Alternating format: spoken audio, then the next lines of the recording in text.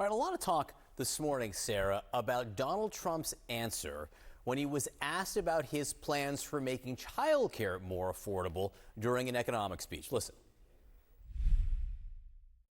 Can you commit to prioritizing legislation to make childcare affordable? And if so, what specific piece of legislation will you advance?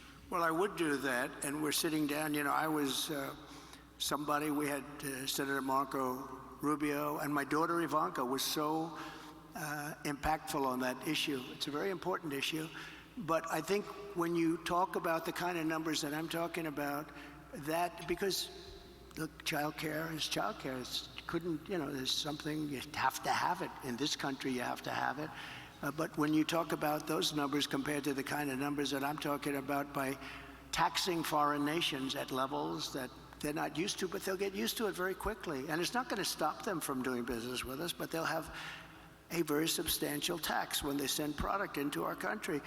Those numbers are so much bigger than any numbers that we're talking about, including childcare, that it's going to take care. We're going to have, I look forward to having no deficits within a fairly short period of time.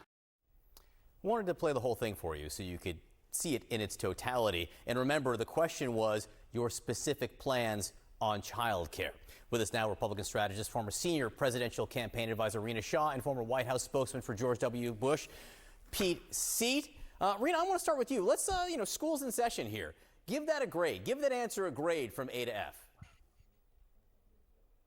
Oh, John, that was a D-.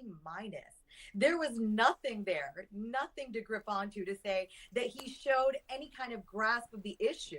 The funny thing is the right and Trump, they love to talk about how Kamala Harris speaks in word salads. Well, that was the mother of all word salads.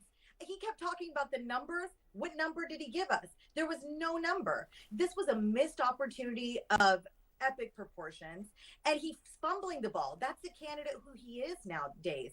And yesterday, as a grandfather, he could have met the moment, talked about this issue, and from a place of strengthening the American family, which is what the Republicans of yesteryear, people like McCain and Romney and Bush, we always originated with that at the core of every messaging piece we did, whether it was from Capitol Hill or from a presidential campaign. I'm talking we Republicans, because the American family was central to everything we did. Nowadays, we have a divorce rate in this country of 42%, and single mothers overall earn 56 cents to a dollar that dads make. He missed that opportunity to speak about the problem and how he would fix it by delivering that word salad.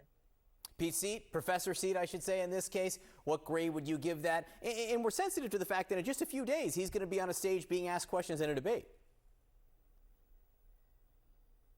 Well, I am a professor at the University of Arizona, so thank you for acknowledging that, John.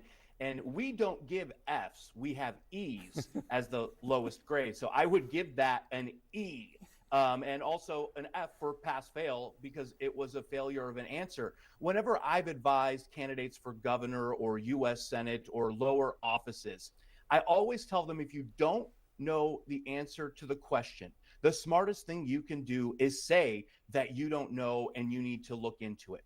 Donald Trump is incapable of doing that. He does not want to admit that he has no understanding of a particular issue. And what's most challenging on this one, John, is childcare, as was mentioned, is an issue that is being faced by families all across this country. Friends of mine who have children are facing huge bills. They're getting on the list, the waiting list for months and months, sometimes before they even know that they have a child on the way. So it's a problem for Donald Trump that he can't answer this. And he tried to pivot to something that was safe ground, and it just made it even more confusing. I have to say, if I got an E on a report card, I try to convince my parents it meant excellent. But be that as it may. Professor C, we do have this debate coming up in a few days. And the New York Times, my producer just gave me an article, lays out this case that this debate is really about Vice President Harris. The people made their minds up about Donald Trump, the article argues. Shane Goldmacher, I think, wrote it. He says they made up their minds about Trump in 2016.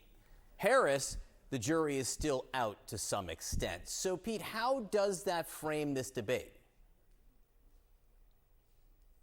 I think that's absolutely right. The American people are still being introduced to Kamala Harris, which I'm sure some folks watching this are like, introduced? She's been vice president. Yes, but she has been behind the scenes. She hasn't been in the spotlight as vice president. In some ways, that has benefited her in this campaign, that she's somewhat of a blank slate.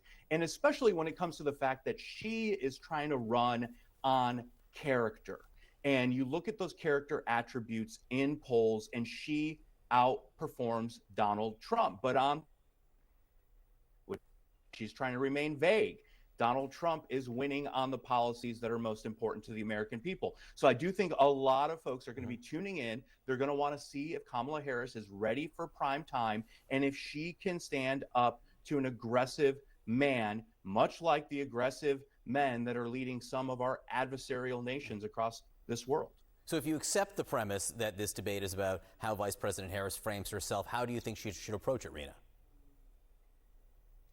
Well, I think she ought to come out there worrying only about how the public perceives her, not about who she is appearing as, in contrast to Donald Trump.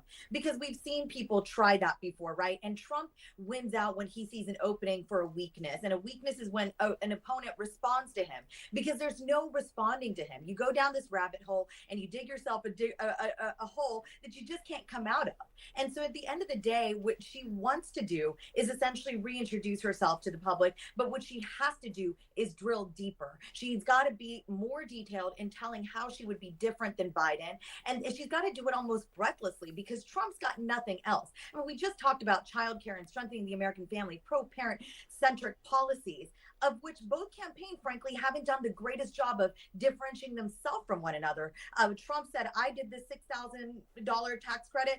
Kamala Harris is like, I want to do that. I'm going to do that. Well, tell me more. And so this is a tell me more moment in which she can't worry about him. She can't worry about attacking him. She's got to just be about herself in the most substantive way possible, because in such a historic moment where she's got such limited time to run in, that's the only thing that can work against a dictator wannabe, which is Donald J. Trump.